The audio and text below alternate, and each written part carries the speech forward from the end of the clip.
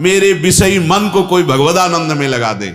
ये यहां के महात्माओं से होता है। ब्रजभूमि के महात्माओं का आश्रय दर्शन संभाषण से ये होता है, तुम्हारे मलिन मन की मलिनता दूर करके अनंत जन्मों की बिगड़ी बना दे। प्रिया प्रीतम के नाम में प्रीति, प्रिया प्रीतम के चरणार बिंद में प्रीति। तो धन्य है वो चरण जो इस ब्रज भूमि में आए और यहां घूमे, पैर धन्य हो गए।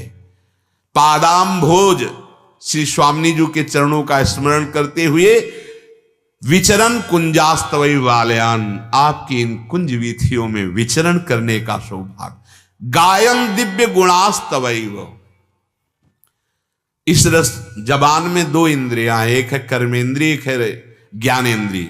ज्ञानेन्द्रिय है रसेंद्रिय, तो उच्छिष्टामृत भुक्त वयु, हमारी रसेंद्रिय पावन हो गई, प्रियालाल की रोज जूठन पाते हैं, उच्छिष्टामृत।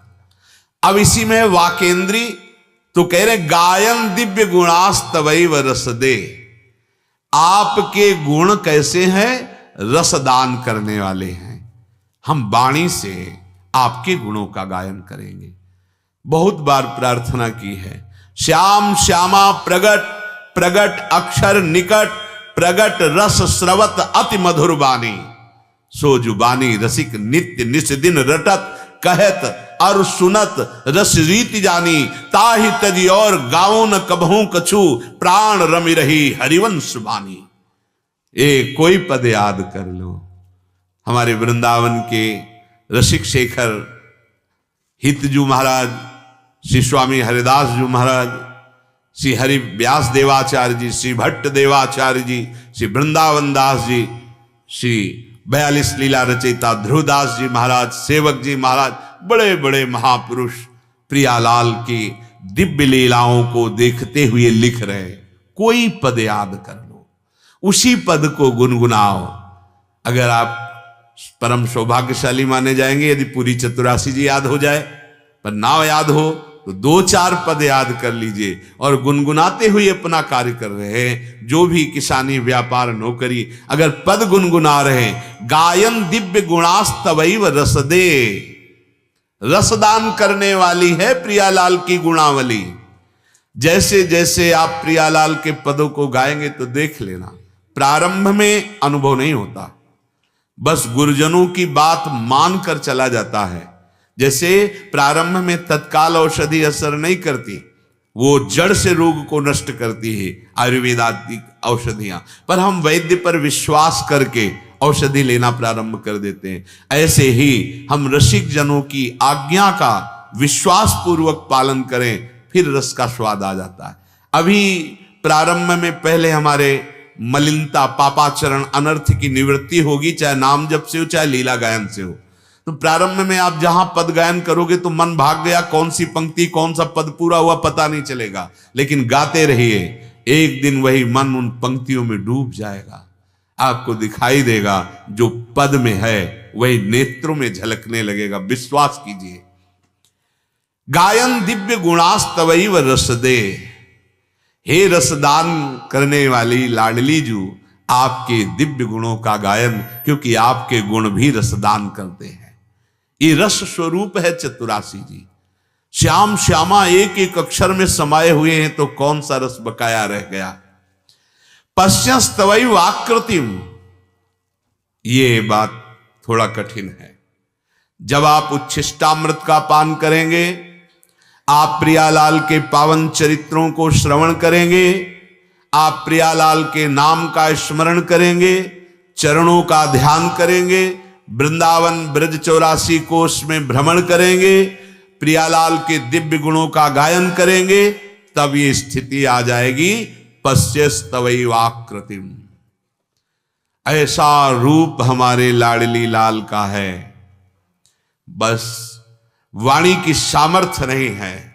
एक बार अगर भावना में प्रकट हो गया तो हृदय की सामर्थ्य नहीं सह जाए। आचार्य प्रदत्त मंत्र और आचार्य प्रदत्त उपासना हृदय को वैसा बनाती है, नहीं तो ये रस सहने की सामर्थ्य नहीं। अपार सुख, जन्म जन्मांतरों से हम जिस सुख की खोज कर रहे हैं वो इस प्रकृति में नहीं है, वो परमार्थ में है, वो प्रेम में है। हे लाडलीजू पश्यस्तवैवाकृतिम, आपके रूप को देखते हुए हमारा जीवन व्यतीत हो। ध्यान फिर नहीं धरना पड़ता। ओ पिय मूर्ति नयनन बसय तेहि रस रहाय समाय। कैसे बलिहार है उन महाभागवतों के चरणारविंद की, जिनके नेत्रों में उनके आराध्य देव बस गए हैं। बिल्कुल सत्य मानिए, यहां वृंदावन रजरानी की कृपा से, रसिकों की कृपा से ये नहीं होता कि एक बार देखा था बस, नहीं। छिन छिन विहरत संग, एक क्षण के लिए कभी विलग नहीं होते रसिक जन। पांच भौतिक देह दिखाई देती है, अंदर से वो भाव देह से अपने आराध्य देव की समीप परिचर्या में निरंतर रहते हैं। निर्खत नित्य विहार, पुलकित तन रोमावली, आनंद नयन सुधार, यह जो कृपा हरिवंश की।